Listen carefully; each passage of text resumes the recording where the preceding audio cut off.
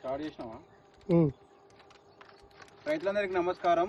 ఈరోజు అబ్బపూర్ ములుగు జిల్లా నుండి అబ్బపూర్ గ్రామంలో మన యువ రైతు మన సాఫ్ట్వేర్ అన్న గత 3 సంవత్సరాల నుండి మన పప్పాయ సాగు చేయడం జరుగుతుంది. ఆ అన్న వాళ్ళు ఈరోజు మనకు 3 days బ్యాక్ పప్పాయ మొక్కలు ఆర్డర్ చేయడం జరిగింది. నెంబర్ 15 జిప్సీ బ్యాగ్స్ ఈరోజు డెలివరీ చేయడం జరుగుతుంది.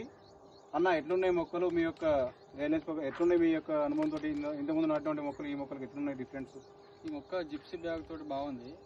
కంపేర్ టు లైక్ ప్రీవియస్గా దాంతో పోలిస్తే బాగానే ఉంది. ఓకే. స్టెమ్ కూడా బాగానే ఉంది. ఓకే. ఓవరాల్గా నచ్చింది.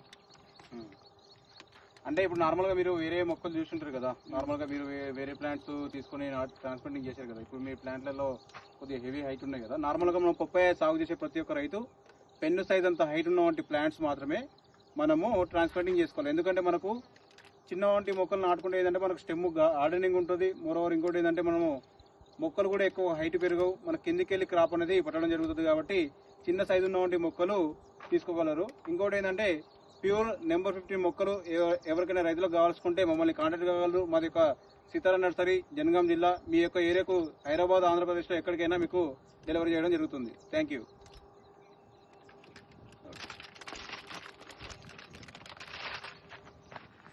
అంటే యూట్యూబ్ ఛానల్ లేకుంటే